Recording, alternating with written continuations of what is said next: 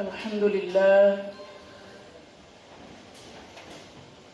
لله وكفى وسلام على عباده الذين اصطفى أما بعد فقد قال الله تعالى في القرآن المجيد أعوذ بالله من الشيطان الرجيم بسم الله الرحمن الرحيم يا أيها الذين آمنوا كتب عليكم الصيام كما كتب على الذين من قبلكم لعلكم تتقون وقال تعالى شهر رمضان الذي أنزل فيه القرآن هدى للناس وبينات من الهدى والفرقان فمن شهد منكم الشهر فليصم وقال رسول الله صلى الله عليه وسلم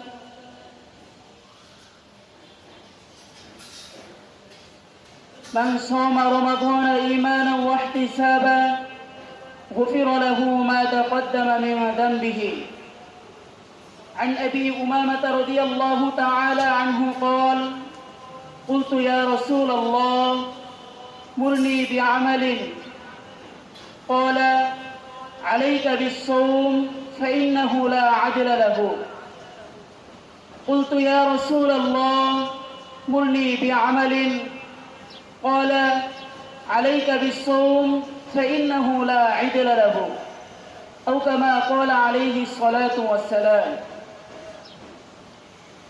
الحمد لله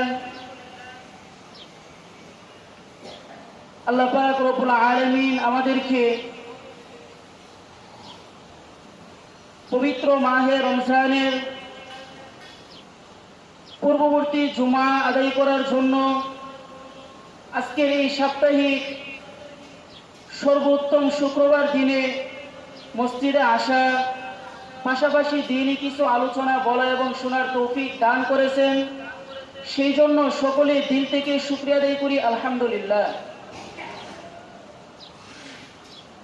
আজকের এই জুমা শাবান মাসের সর্বশেষ জুমা। আজকের এই দিন রমজানের প্রস্তুতির দিন। আর রমজান এমন একটি মাস, রোজা রাখা এটা অত্যন্ত গুরুত্বপূর্ণ, আল্লাহ তাআলার পছন্দনীয় একটি ইবাদত। দেখেন, আমরা সকলে এই কথা বিশ্বাস করি যে দুনিয়াতে যদি কেউ সুখ শান্তিতে থাকতে চায়, দুনিয়ার জীবনে যদি কেউ সুখ পেতে চায়, তাহলে অবশ্যই তার টাকা পয়সা, ধন সম্পদ, বাড়ি গাড়ি অনেক কিছুর প্রয়োজন হয়। ঠিক তেমনিভাবে আমাদেরকে এই কথাটাও বিশ্বাস করে নিতে হবে যে দুনিয়ার জীবনে মানুষের যেমন সুখ শান্তির প্রয়োজন রয়েছে, ঠিক তেমনিভাবে মরণের পরে হাসরের জগতে মৃত্যুর পরবর্তী আমাদের যে জীবন রয়েছে, সেই জীবনের জন্য আমাদের সুখ শান্তি প্রয়োজন। আর সেই দিনে সুখ পেতে হলে, শান্তি পেতে হলে, ইজ্জত পেতে হলে একমাত্র ওই দিন সুখের যে মাধ্যম হিসাবে আপনি পাবেন সেটা হলো আপনার দুনিয়ার নেক আমল। দুনিয়াতে আপনি সেই দিনের জন্য যে পরিমাণ নেক আমল, ইবাদত বন্দিগি করে যাবেন, সেই ইবাদত বন্দিগি একমাত্র আপনার সুখের কারণ হবে। যার কাছে বেশি নেক আমল পাওয়া যাবে, আল্লাহ তাআলা তাকে বেশি শান্তি দিবেন, সুখ দিবেন। আর আল্লাহ তাআলা বান্দাগণকে প্রতি বৎসর এই পবিত্র মাহে রমজান দান করেন।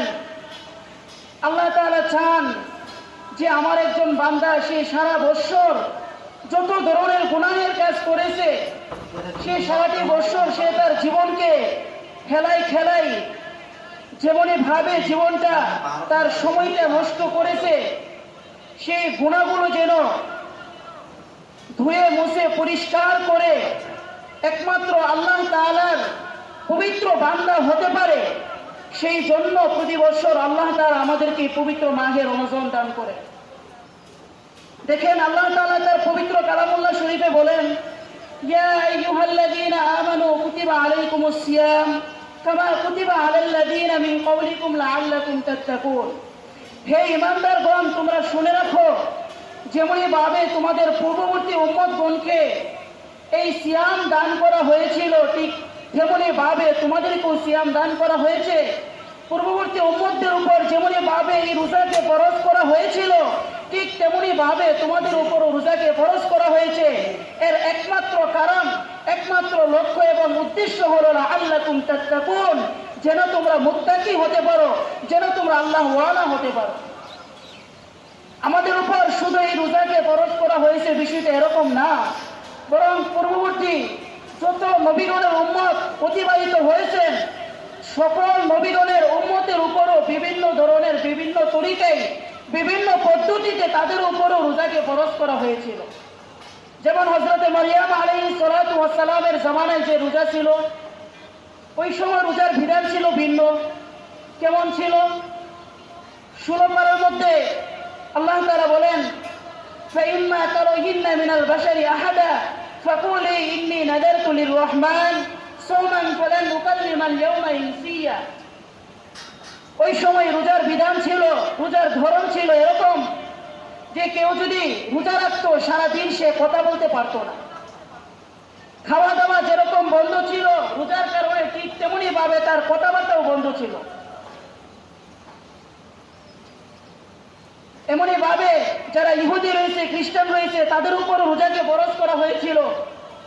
কিন্তু ইহুদি গণের উপর যখন রোজাকে ফরজ করা হয়েছিল, তারা এই রোজাকে যেমনি ভাবে যেই সময়ের মধ্যে রোজা তাদের উপর ফরজ করা হয়েছিল, সেই সময়ে সেই পদ্ধতিতে তারা রোজা রাখতে পারেন নাই।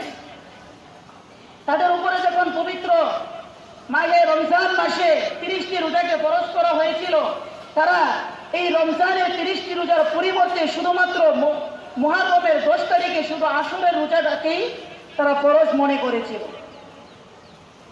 তারা মনে করত যে কেউ যদি মুহররমের 10 তারিখে শুধুমাত্র একটি রোজা রাখে, তাহলেই পবিত্র মাহে রমজানের 30টি রোজার প্রতিদান সে পেয়ে যাবে। এমনি ভাবে যখন খ্রিস্টানদের উপর রোজাকে ফরজ করা হয়েছিল, তখন এই খ্রিস্টানরা এই পবিত্র মাহে রমজানে তাদের রোজা রাখা তাদের জন্য যখন কষ্ট মনে হইতো, তখন তারা চিন্তা ভাবনা করলো যে এই 30টি রোজা তো আমাদের জন্য কষ্ট হয়ে যায়, এখন আমরা কি করতে পারি। তখন তারা চিন্তা ভাবনা করলো যে শীতকালে তো দিন ছোট থাকে, রাত্র বড় থাকে। তখন তারা এই 30টি রোজাকে পবিত্র মাহে রমজানে না রেখে তারা এই 30টি রোজাকে তারা শীতকালে নিয়ে গেছে।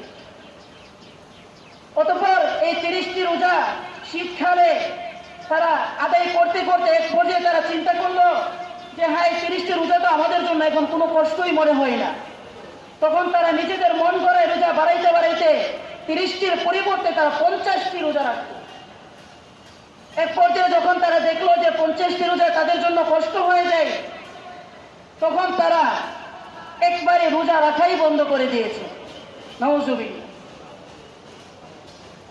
কিন্তু আলহামদুলিল্লাহ, এটা আমাদের উম্মতে মুহাম্মদের জন্য গর্বের বিষয় যে পবিত্র মাহে রমজানের 30টি রোজা আল্লাহ তাআলা যেই সময়ের মধ্যে আমাদের উপর ফরজ করেছেন, যেই পদ্ধতিতে আমাদের উপর ফরজ করেছেন, আমরা এখনো সেই পদ্ধতিতে সেই সময়ে আমরা রোজাগুলো রাখতে পারতেছি।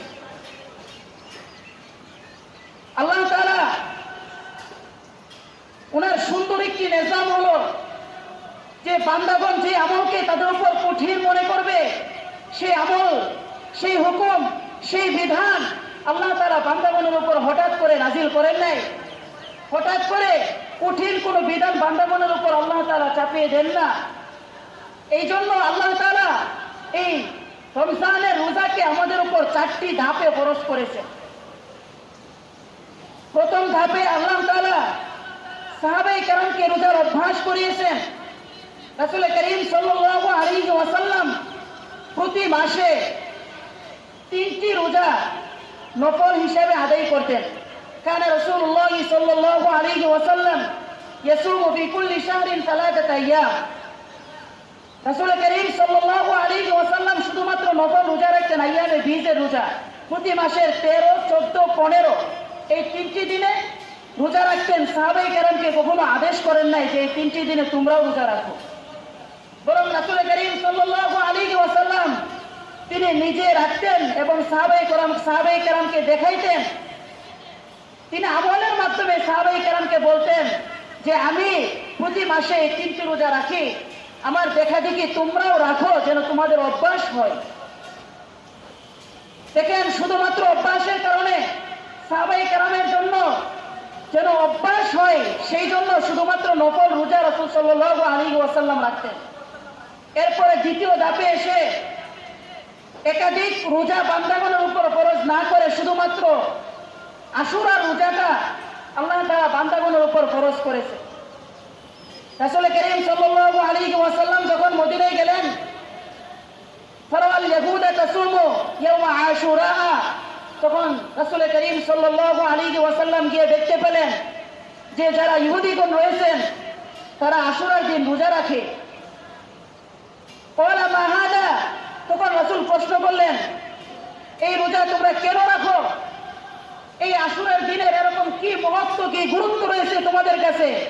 ক্বালা হাদা ইয়াউমুন সালিহুন, হাদা ইয়াউমুন নাজ্জাল্লাহু বনি ইসরাঈলা মিন আদুবিহিম। তারা বলল, এটা হলো একটি উত্তম দিন, এটা এমন একটি দিন যেই দিনে আল্লাহ তাআলা বনি ইসরাঈলগণকে তাদের শত্রু থেকে মুক্তি দিয়েছিলেন। ফাসামাহু মূসা আলাইহিস সালাতু ওয়াস সালাম, তখন হযরত মূসা আলাইহিস সালাতু ওয়াস সালাম এই দিনে রোজা রাখতেন। তখন রাসূল করিম সাল্লাল্লাহু আলাইহি ওয়াসাল্লাম বলেন, ফাআনা আহাক্কু বিমূসা মিনকুম, যে হে ইহুদিগণ তোমরা স্মরণ রাখো, তোমাদের তুলনায় আমি মূসা আলাইহিস সালাতু ওয়াস সালামের সবচেয়ে বেশি নিকটবর্তী, আমি তোমাদের চেয়েও বেশি মূসা আলাইহিস সালাতু ওয়াস সালামকে ভালোবাসি। ফাসামাহু ওয়া আমারা বিসিয়ামিহি, তখন রাসূল করিম সাল্লাল্লাহু আলাইহি ওয়াসাল্লাম এই আশুরার দিনে রোজা রাখা শুরু করে দিলেন এবং সকল সাহাবায়ে কেরামকে নির্দেশ দিলেন যে তোমরাও এই আশুরার দিনে রোজা রাখো। এটা হলো রমজানের রোজা ফরজ হওয়ার পূর্বের বিধান। এক সময় এই আশুরার রোজা উম্মতে মুহাম্মদের উপর ফরজ ছিল, কিন্তু রমজানের রোজা যখন ফরজ করা হয়েছে তখন সেই বিধান রহিত হয়ে গিয়েছে। তাহলে প্রথম ধাপে সাহাবায়ে কেরামকে রোজার অভ্যাস করিয়েছেন, দ্বিতীয় ধাপে এসে শুধুমাত্র একটি রোজা ফরজ করেছেন, তৃতীয় ধাপে এসে এই 30টি রোজাকে আমাদের উপর ফরজ করেছেন। ইয়া আইয়ুহাল্লাযীনা আমানু কুতিবা আলাইকুমুস সিয়াম কামা কুতিবা আলাল্লাযীনা মিন ক্বাবলিকুম লাআল্লাকুম তাত্তাকুন আইয়ামান মা'দুদাত ফামান কানা মিনকুম মারিদান আও আলা সাফারিন ফা'iদ্দাতুন মিন আইয়ামিন উখর ওয়া আলাল্লাযীনা ইউতীকুনাহু ফিদিয়াতুন তা'আমু মিসকিন। দেখেন, আল্লাহ তাআলা তৃতীয় ধাপে এসে আমাদের উপর 30টি রোজাকে ফরজ করেছেন, কিন্তু এখানে একটি সুযোগ রেখেছেন। সুযোগটা কি? ওয়া আলাল্লাযীনা ইউতীকুনাহু ফিদিয়াতুন তা'আমু মিসকিন, যে কারো যদি এরকম সামর্থ্য থাকে, কেউ যদি এরকম সচ্ছল হয় যে সে রোজা না রেখে রোজা আদায় করার পরিবর্তে সে গরিব মিসকিনকে ফিদিয়া দিয়ে দিবে, তাহলেও তার জন্য রোজা রাখা প্রতিদান সে পেয়ে যাবে। আল্লাহ তাআলা একবারে কঠিনভাবে বাধ্য করেন নাই যে ফিদিয়া দিলেও চলবে না, একমাত্র ভালোভাবে রোজা রাখতেই হবে। তৃতীয় ধাপে এসেও আল্লাহ তাআলা আমাদের জন্য সুযোগ রেখেছেন। এরপরে চতুর্থ ধাপে এসে শাহরু রমাদান আল্লাযী উনজিলা ফীহিল কুরআন হুদাল লিন-নাসি ওয়া বাইয়িনাতিন মিনাল হুদা ওয়াল ফুরকান ফামান শাহিদা মিনকুমুশ শাহরা ফালইয়াসুম। দেখেন, চতুর্থ ধাপে এসে আল্লাহ তাআলা আমাদের উপর এমন ভাবে রোজাকে ফরজ করেছেন, এখন কোনো ফিদিয়া দিলে চলবে না। যদি আপনি অসুস্থ হন, যদি আপনি মুসাফির হন, তাহলেও আপনার এই অসুস্থতার কারণে, সফরের কারণে আপনার যে রোজাগুলো আপনার কাজা হয়ে যাবে, এগুলো অন্য কোনো মাসে আপনাকে আদায় করে নিতেই হবে। আল্লাহ তাআলার কত সুন্দর নিজাম, কত সুন্দর পদ্ধতি, জানে তার বান্দাগণের উপরে রোজা রাখা কঠিন হয়ে যাবে, তাদের জন্য কষ্ট হয়ে যাবে। এই জন্য আল্লাহ তাআলা সরাসরি আমাদের উপর রোজাকে ফরজ না করে বরং ধাপে ধাপে 4টি ধাপে আমাদের উপর আল্লাহ তাআলা রোজাকে ফরজ করেছে। এখন প্রশ্ন হলো, এই রোজা আমরা কেন রাখবো? এই রোজা আমরা কেন রাখবো? এই রোজা আমাদের উপর কেন ফরজ করা হয়েছে? এর কারণ হিসাবে আল্লাহ তাআলা পবিত্র কালামুল্লাহ শরীফে বলেন, কুতিবা আলাইকুমুস সিয়াম কামা কুতিবা আলাল্লাযীনা মিন ক্বাবলিকুম লাআল্লাকুম তাত্তাকুন। হে ঈমানদারগণ, আমি তোমাদের উপর রোজাকে ফরজ করেছি, পূর্ববর্তী উম্মতগণের উপর যেভাবে ফরজ করেছিলাম ঠিক তেমনি ভাবে তোমাদের উপরও ফরজ করেছি। এর কারণ হলো, এর একমাত্র উদ্দেশ্য হলো লাআল্লাকুম তাত্তাকুন, যেন তোমরা মুত্তাকি হতে পারো, যেন তোমরা আল্লাহ ওয়ালা হতে পারো, যেন তোমরা আল্লাহর প্রিয় বান্দা হতে পারো। আর এই কারণ হিসেবে রাসূল সাল্লাল্লাহু আলাইহি ওয়াসাল্লাম তার পবিত্র হাদিস শরীফে বলেন, লিকুল্লি শাইইন যাকাতুন ওয়া যাকাতুল জাসাদি আস-সাওম। যে হে আমার উম্মতগণ, হে আমার প্রিয় সাহাবাগণ, তোমরা শুনে রাখো, তোমাদের প্রতিটি সম্পদ, তোমাদের প্রতিটি মালের উপর যেমন যাকাত রয়েছে, ঠিক তেমনি ভাবে তোমাদের দেহের উপর, তোমাদের শরীরেরও যাকাত রয়েছে। আর সেই যাকাত কি? ও যাকাতুল জাসাদি আস-সাওম। তোমাদের শরীরের যাকাত হলো রোজা, তোমাদের শরীরের যাকাত হলো রোজা। তোমাদের সম্পদ থেকে যখন যাকাত আদায় করা হয়, তোমাদের সম্পদ থেকে যখন তোমরা আল্লাহ তাআলার রাস্তায় যাকাত দাও, তখন তোমাদের এই সম্পদটা যেমনই ভাবে আল্লাহ তাআলার প্রিয় সম্পদ হয়, তোমাদের এই সম্পদটা যখন আল্লাহ তাআলার যেমনই ভাবে পছন্দনীয় হয়, ঠিক তেমনই ভাবে তোমরা যখন রোজা রাখো, তোমাদের উপর যে রোজাকে ফরজ করা হয়েছে, এই ফরজ রোজা যখন তোমরা আদায় করো, তখন ঠিক তেমনই ভাবে তোমাদের শরীরটা, তোমাদের দেহের প্রতিটি অঙ্গ আল্লাহ তাআলার কাছে এরকম পছন্দনীয় হয়ে যায়। দেখেন, রাসূল করিম সাল্লাল্লাহু আলাইহি ওয়াসাল্লাম রোজার ফজিলত নিয়ে অনেক হাদিস পেশ করেছেন। হাদিসের মধ্যে অসংখ্য অগণিত রোজার ফজিলত বর্ণনা করেছেন। এর মধ্যে একটি ফজিলত হলো, রাসূল সাল্লাল্লাহু আলাইহি ওয়াসাল্লাম বলেন, মান সামা রমাদানা ঈমানান ওয়া ইহতিসাবান গুফিরা লাহু মা তাকদ্দামা মিন যামবিহি। যেই ব্যক্তি ঈমানের সাথে এবং ওয়াহতিসাবান সওয়াবের আশায় কেউ যদি রোজা রাখে, গুফিরা লাহু মা তাকদ্দামা মিন যামবিহি, তাহলে সে তার জীবনে এই রোজা রাখার পূর্বে, তার জীবনের শুরু থেকে নিয়ে সে যত ধরনের গুনাহের কাজ করেছে, আল্লাহ তাআলা তার জীবনের সমস্ত গুনাহগুলোকে ক্ষমা করে দেন। আমরা যদি রোজার প্রতিটি হক আদায় করে রোজা রাখতে পারি, তাহলে ইনশাআল্লাহ আমরা এই আশা করতে পারি যে আল্লাহ তাআলা আমাদের জীবনের প্রতিটি গুনাহ আল্লাহ তাআলা নিজে ক্ষমা করে দিবেন। দেখেন, রাসূল সাল্লাল্লাহু আলাইহি ওয়াসাল্লাম এই রোজাকে তিনি কত গুরুত্ব দিয়েছেন হাদিস শরীফের মধ্যে। হযরত আবু উমামা রাদিয়াল্লাহু তাআলা আনহু রাসূল সাল্লাল্লাহু আলাইহি ওয়াসাল্লামের কাছে এসে প্রশ্ন করলেন, ইয়া রাসূলুল্লাহ মুরনি বিআমালিন, আপনি আমাকে এমন একটি আমল শিক্ষা দিন, এমন একটি আমলের নির্দেশ দিন, যে আমল করে আমি জান্নাতে যেতে পারবো, যে আমল করে আমি জাহান্নাম থেকে মুক্তি পেতে পারবো। তখন রাসূল করিম সাল্লাল্লাহু আলাইহি ওয়াসাল্লাম বলেন, আলাইকা বিসসাওম ফাইন্নাহু লা আদলা লাহু। যে তুমি রোজা রাখো, রোজা এমন একটি বিধান, রোজা এমন একটি ইবাদত, যেই বিধানের কোনো, রোজা এমন একটি ইবাদত, যে ইবাদতের সাথে অন্য কোনো ইবাদতের তুলনা হতে পারে না। তারপরে তিনি আবারও প্রশ্ন করলেন, মুরনি বিআমালিন, ইয়া রাসূলুল্লাহ আপনি আমাকে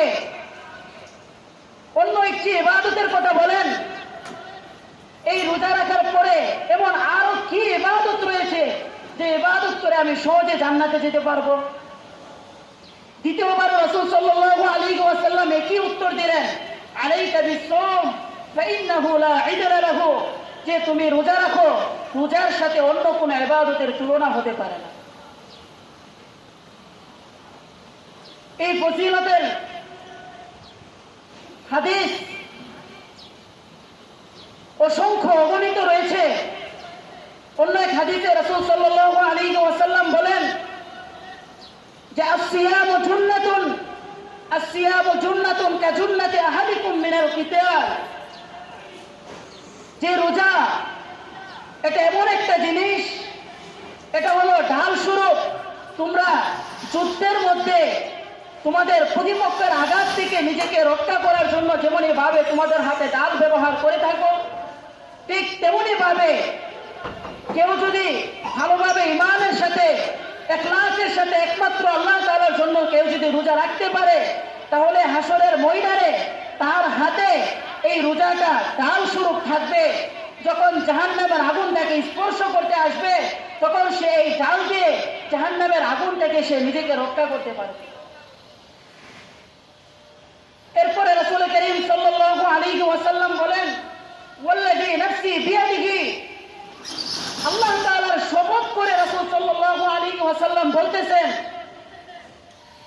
যে লাকুলুকু ফামিস সাইমি আতয়াবু ইনদাল্লাহ মিন রিহিল মিসকি, যে একজন রোজাদারের মুখের দুর্গন্ধ আল্লাহ তাআলার কাছে মিশকের চাইতেও বেশি পছন্দনীয় হয়। আর এই মেশক, এটা দুনিয়ার কোনো মেশক নয়, বরং এটা হলো জান্নাতের মেশক, জান্নাতের কস্তুরী, সর্বোত্তম মেশক যেটা রয়েছে জান্নাতের মধ্যে, সেই মেশকের চেয়েও বেশি পছন্দনীয় আল্লাহ তাআলার কাছে একজন রোজাদারের মুখের দুর্গন্ধ। এরপরে রাসূল সাল্লাল্লাহু আলাইহি ওয়াসাল্লাম বলেন, ইয়াতরুকু তুআমাহু ওয়া শারাবাহু ওয়া শাহওয়াতাহু মিন আজলি, যে সে আমার জন্য, আল্লাহ তাআলা বলেন যে একজন রোজাদার সে আমার জন্য সে খাওয়া পরিহার করেছে, সে আমার জন্য সে পানীয় পরিহার করেছে, সে আমার জন্য সারাদিন সে জৈবিক চাহিদা থেকে বিরত থেকেছে। আসিয়ামু লি ওয়া আনা আজজি বিহি, সুতরাং এই রোজার প্রতিদান এটা আমি নিজ হাতে তাকে দান করব। দেখেন, আপনার যত ধরনের ইবাদত বন্দেগী রয়েছে, প্রতিটি ইবাদত বন্দেগীর সওয়াবের প্রতিদানের একটা পরিমাণ রয়েছে। ফেরেশতাগণের মাধ্যমে আল্লাহ তাআলার সাথে সাথে প্রতিদানটা লিখে রাখেন, কিন্তু একজন রোজাদারের রোজার যে প্রতিদান রয়েছে, এই প্রতিদান একমাত্র আল্লাহ তাআলাই জানে সেই প্রতিদানের পরিমাণ কি পরিমাণ হতে পারে। আল্লাহ তাআলা নিজ হাতেই প্রতিদান দিবেন।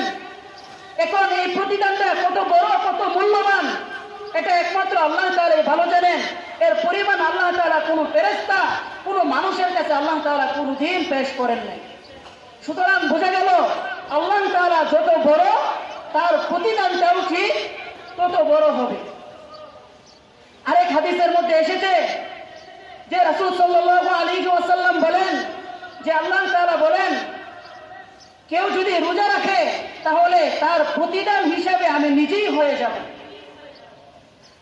আমি নিজেই এর প্রতিদান হয়ে যাব। ইখলাসের সাথে কেউ যদি রোজার প্রতিটি হক আদায় করতে পারে, তাহলে আল্লাহ তাআলা স্বয়ং নিজেই তার প্রতিদান হয়ে যাবে। অথচ এই রমজান মাস, এই বরকতময় মাস, এই রমজানে শুধুমাত্র একটু পানি পান করার জন্য, সময় একটু পরিশ্রমের জন্য আমরা দেখা যায় অনেক সময় এই রোজার গুরুত্ব আমরা ভুলে যাই। অনেক দোকানপাট হোটেলের মধ্যে দেখা যায় যে রেস্টুরেন্টের সামনে পর্দা লাগানো থাকে। আরে ভাই, কই ঘন্টা আপনি পানাহার থেকে বিরত থাকবেন? এই অল্প একটু সময় একজন ইমানদার হয়ে আল্লাহ তাআলার জন্য আপনি খাবার থেকে বিরত থাকতে পারেন না? বড় আফসোস, দুঃখের বিষয়। দেখেন, আল্লাহ তাআলা আমরা যেন বেশি বেশি ইবাদত বন্দেগী করতে পারি, এই জন্য আল্লাহ তাআলা আমাদের জন্য যেন সহজ হয়, এই জন্য আল্লাহ তাআলা শয়তানকে পর্যন্ত আল্লাহ তাআলা বন্দী করে রাখে, যেন আমার বান্দাগণ সহজে যেন ইবাদত বন্দেগী করতে পারে। এই রোজা একদিন আমার জন্য, আপনার জন্য হাসরের ময়দানে সুপারিশ করবে।